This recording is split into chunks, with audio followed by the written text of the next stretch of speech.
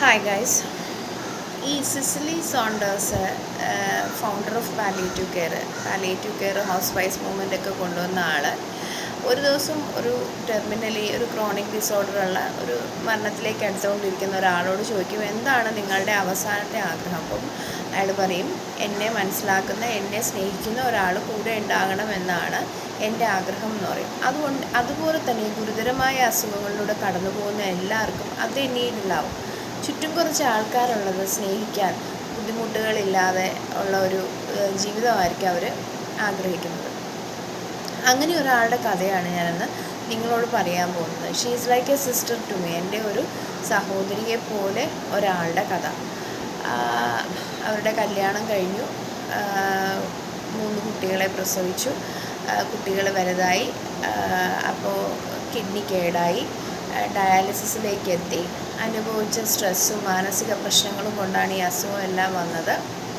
എല്ലാ കഥകളിലെയും പോലെ നായകൻ ഉപേക്ഷിച്ചു പോയി. ഇപ്പോൾ അവർ ഡയാലിസിസിലാണ്. നമ്മളിങ്ങനെയുള്ള അസുഖങ്ങൾ വരുമ്പോൾ നമ്മുടെ ഉള്ളിൽ വലുതായിട്ട് വരുന്നൊരു കാര്യമുണ്ട്, മരണഭയം.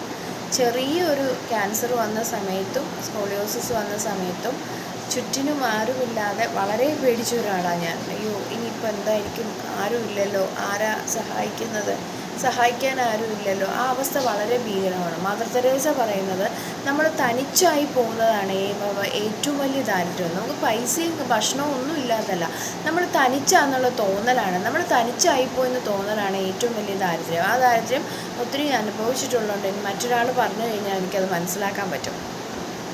അപ്പോൾ അങ്ങനെ തനിച്ചായിപ്പോയ ഒരാളുടെ കഥയാണ്. നിങ്ങളൊന്ന് കേൾക്കണേ. അത് നിങ്ങളായിരുന്നെങ്കിൽ എന്തായിരിക്കും ചെയ്യുക?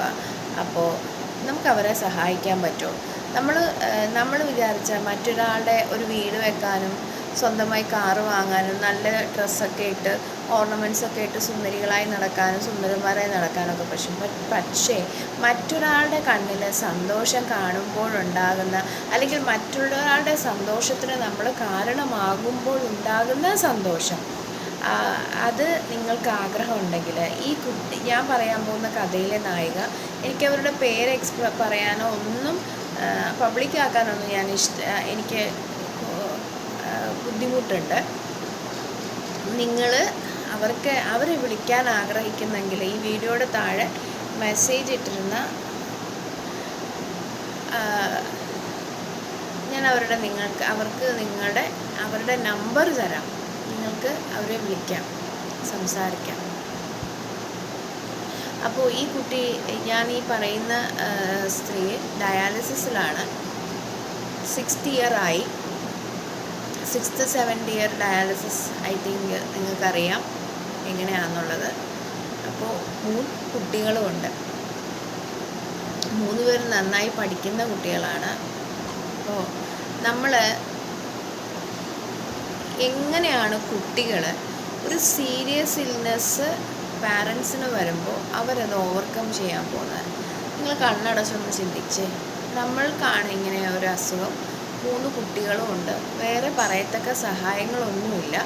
ഹസ്ബൻഡ്, നമ്മുടെ ഈ പ്രിയതമന്മാരുടെ ആവശ്യമൊക്കെ വരുന്നത് ഈ ഒരു സ്റ്റേജിലാണ്. അപ്പോൾ അവർ തീർച്ചയായിട്ടും നമ്മളെ ഇട്ടേച്ചു പോകും. അപ്പോൾ അങ്ങനെ ഇട്ടേച്ചു പോയ ഒരാളും കൂടെ ആകുമ്പോൾ ഒന്ന് ആലോചിച്ച്, നമ്മളെ ഇട്ടേച്ചു പോയി, 3 കുട്ടികളുണ്ട്.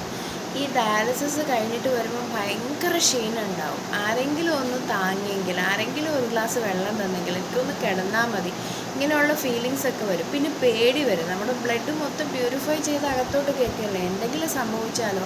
ഈ മരണഭയം ഭയങ്കര ഇതാകട്ടെ, നമുക്ക് താങ്ങാൻ പറ്റില്ല. അത് അങ്ങനെ ഒരു ഇത് വരുമ്പോൾ പാനിക് അറ്റാക്സ് വരും. അപ്പോൾ നമ്മൾ ഈ പാനിക് അറ്റാക്സിനെ കടന്നു പോകണം, ഈ ഡിപ്രഷനെ കടന്നു പോകണം. സൊസൈറ്റിയെ ഫേസ് ചെയ്യാനുള്ള മടി, അൺഎംപ്ലോയ്മെൻറ്റ്, ജോലിയില്ല, വരുമാനമില്ല, പിന്നെ ഇനി എന്തൊക്കെ പ്രൊസീജിയേഴ്സ് വരും, അതിനെക്കുറിച്ചുള്ള ടെൻഷൻസ് ഉണ്ടാവും.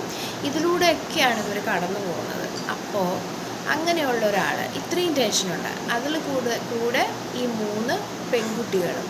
അപ്പോൾ എന്ത് ചെയ്യാൻ പറ്റും അവർക്ക്? എന്ത് ചെയ്യാൻ പറ്റും?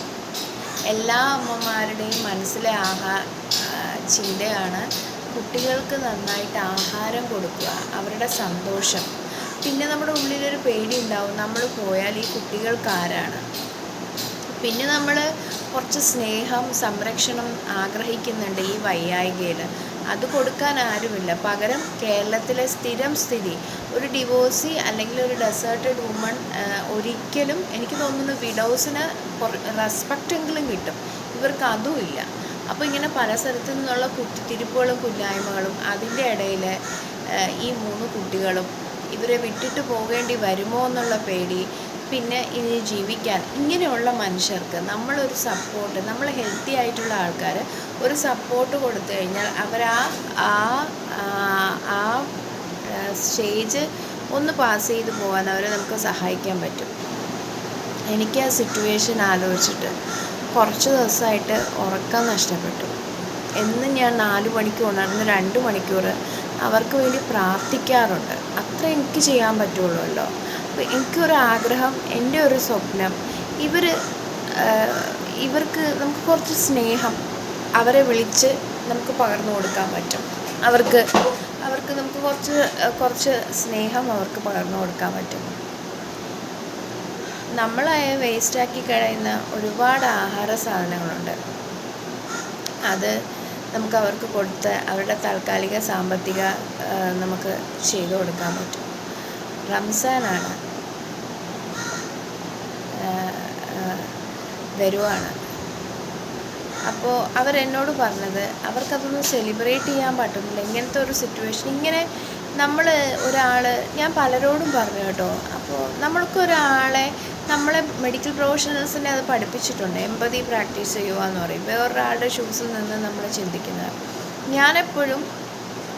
ഞാൻ ഈ പറയുന്ന പാതകളിലൂടെ കടന്നു പോയിട്ടുള്ളതുകൊണ്ട് ഞാൻ ഈ ചാനൽ തുടങ്ങിയത് ഇങ്ങനെ ഓരോരുത്തർ ആത്മഹത്യ ചെയ്യുമ്പോൾ എന്തെങ്കിലും ചെയ്യാൻ പറ്റുമോ, ഈ ചാനലിൽ നിന്നൊരു ഇൻകം കിട്ടിയാൽ അത് ആർക്കെങ്കിലുമൊക്കെ ഷെയർ ചെയ്യാൻ പറ്റുമോ, എൻ്റെ ആവശ്യം കഴിഞ്ഞിട്ട്. എനിക്ക് അങ്ങനെയൊക്കെ വലിയ ആഗ്രഹങ്ങളാണ്. പക്ഷെ തുടങ്ങി ഒരാഴ്ച കഴിഞ്ഞപ്പോഴും മനസ്സിലായത് അങ്ങനെയൊന്നും അല്ല. അപ്പോൾ നമ്മളുടെ കയ്യിൽ നിന്ന് കുറച്ച് ഇൻവെസ്റ്റ് ചെയ്ത് എന്തെങ്കിലും ചെയ്താലേ പറ്റത്തുള്ളൂ. അപ്പോൾ അതിനില്ലാത്തപ്പോൾ നമുക്ക് തിരിച്ച് ഇൻകം കിട്ടുക സാധ്യമല്ല. പക്ഷെ എനിക്ക് ചെയ്യാൻ പറ്റുന്ന ഇങ്ങനെയുള്ളവരെ ലോകത്തേക്ക് കൊണ്ടുവന്നാൽ എന്തെങ്കിലും ചെയ്യാൻ പറ്റും, എന്തെങ്കിലും അവർക്ക് വേണ്ടി നമുക്ക് ചെയ്യാൻ പറ്റും. അപ്പോൾ ഇങ്ങനെ ഡയാലിസിസ് കഴിയുന്ന ആൾ, 3 പെൺകുട്ടികൾ, 3 കുട്ടികൾ നന്നായിട്ട് പഠിക്കുന്നവരാണ്. അവർ നന്നായിട്ട് സാമ്പത്തികമായി ബുദ്ധിമുട്ടുന്നുണ്ട്. പിന്നെ ആരും ഇല്ല എന്നുള്ള ചിന്തയും. അപ്പോൾ അങ്ങനെയുള്ളവർക്ക് നിങ്ങൾക്ക് ബോറടിക്കുന്നുണ്ടാവില്ലേ? ചിലർക്ക് എന്ത് ചെയ്യണം എന്നറിയത്തില്ല, ബോറടിക്കുന്നു, ഇങ്ങനെയൊക്കെ പറയുന്നത് കേട്ടിട്ടുണ്ട്. ഇങ്ങനെയുള്ള കുറച്ച് പേരുടെ ജീവിതത്തിലേക്ക് നിങ്ങളെപ്പോഴും ഫുഡ് കഴിക്കാൻ പുറത്തു പോകാറില്ലേ? ആഘോഷങ്ങളില്ലേ നിങ്ങൾക്ക്? അതിലൊരു ആഘോഷം ഇവരുടെ വീട്ടിൽ വെച്ചാകാം, അല്ലെങ്കിൽ ഒരു ആഘോഷം ഇവരെ കൂട്ടിയിട്ടാകാം, അല്ലെങ്കിൽ നമ്മൾ 2 ഡ്രസ്സ് എടുക്കുമ്പോൾ ഒരു ഡ്രസ്സ് ഇവർക്ക് എടുത്തു കൊടുക്കാം, അവർക്കും കൂടെ കുറച്ച് ഫുഡ് കൊടുക്കാം. ഈശ്വരൻ നമുക്ക് ഒരുപാട് കാര്യങ്ങൾ വെറുതെ തന്നിട്ടില്ലേ? ദൈവം, സൂര്യപ്രകാശം, ഈ നമ്മൾ ശ്വസിക്കുന്ന ഓക്സിജൻ, ഈ ഭൂമിയിൽ കാണുന്ന എല്ലാ സാധനങ്ങളും, പെയേഴ്സ്, മൃഗങ്ങൾ, ഫ്രൂട്ട്സ്, ഇതൊക്കെ ഈശ്വരൻ നമുക്ക് വെറുതെ തന്നിട്ടുണ്ടെങ്കിലേ, ഈശ്വരൻ നമ്മളെ സ്നേഹിക്കുന്നുണ്ടെങ്കിലേ നമ്മുടെ സഹജീവികളോട് നമ്മൾ അതുപോലെ അതൊക്കെ നമ്മൾ ഷെയർ ചെയ്യാൻ തയ്യാറാവണമല്ലോ. എന്നെക്കൊണ്ട് പറ്റുന്നത് എനിക്ക് ചെയ്യാൻ പറ്റും. ഇത് ഈ ആൾക്കാർക്ക് ആർക്കെങ്കിലും എന്തെങ്കിലും ഈ ഒരു സിനാരിയോ മനസ്സിലാക്കി, ഒരുപാട് പേരുണ്ടായിരിക്കാം ഇതിലും ബുദ്ധിമുട്ടുന്നത്. ഇവിടെ ഞാൻ പ്രതീക്ഷിക്കുന്നത് കുറച്ച് സപ്പോർട്ട് അവർക്ക്. എൻ്റെ സ്വപ്നമാണ് ഇപ്പോൾ ആയിരിക്കുന്ന ബുദ്ധിമുട്ടിൽ നിന്ന് ആ കുട്ടികളും അമ്മയും ചിരിച്ച് സന്തോഷിച്ച് കാണാൻ ഞാൻ ആഗ്രഹിക്കുന്നു. ആർക്കെങ്കിലും ഈ നൊയമ്പ് കാലത്ത് എന്തെങ്കിലും സഹായം അവർക്ക് ചെയ്യാൻ പറ്റുമെങ്കിൽ ഈ വീഡിയോയുടെ താഴെ മെസ്സേജ് ഇട്ട് ഞാൻ അവരുടെ നമ്പർ തരാം. പക്ഷെ പബ്ലിക്കായിട്ട് എനിക്ക് അവരെവിടാ ഉള്ളത്, അവർക്ക് ഇന്ന ഹെൽപ്പ് അങ്ങനെ പറയാൻ പെൺകുട്ടികളായതുകൊണ്ട് എനിക്കൊരു മാനസിക ബുദ്ധിമുട്ടുണ്ട്. ഈവൻ ഇറ്റ് വാസ് എൻ്റെ കുട്ടികളാണെങ്കിൽ അങ്ങനെ പബ്ലിക്കാക്കുന്നതിന് എനിക്ക് കുറച്ചും ചിലപ്പോൾ മാനസിക ബുദ്ധിമുട്ട് വരുമായിരിക്കും. അപ്പോൾ എനിക്ക് അവരുടെ ബാക്കിയുള്ള ലൈഫ് അത് സന്തോഷകരമായി പോവാൻ നമ്മളൊരു 100 പേര് വിചാരിച്ചാൽ ചിലപ്പോൾ സാധിക്കുമായിരിക്കും. എന്തെങ്കിലും ചെയ്യാൻ പറ്റുമെങ്കിൽ നിങ്ങളൊന്ന് ആലോചിച്ച് നോക്കി. ഒരു വീട്, ഡയാലിസിസിലായി പോയൊരമ്മ, 3 പെൺകുട്ടികൾ, അവർ പറയുന്നത് ഞാൻ അവരെ ജസ്റ്റ് ഫോൺ ചെയ്ത് സംസാരിക്കാൻ മാത്രമേ ചെയ്യുന്നുള്ളൂ. Yesterday she told me like ഞങ്ങൾക്ക് ദൈവത്തെ പോലെ തോന്നുന്നത്. ഞാൻ സംസാരിക്കുക മാത്രം ചെയ്തപ്പോൾ അവർക്ക് അങ്ങനെ തോന്നിയെങ്കിൽ ആർക്കെങ്കിലും സഹായിക്കാൻ പറ്റിയാൽ അവരുടെ സന്തോഷം ഒന്ന് നോക്കിക്കേ. ആർക്കെങ്കിലും എന്തെങ്കിലും ചെയ്യാൻ പറ്റുന്നെങ്കിൽ ഈ വീഡിയോയുടെ താഴെ മെസ്സേജ് ഇട്ടാൽ അവരുടെ ഫോൺ നമ്പർ തരുമോ, അവരെ കോൺടാക്റ്റ് ചെയ്ത് നിങ്ങൾക്ക് എന്തെങ്കിലും ചെയ്യാം.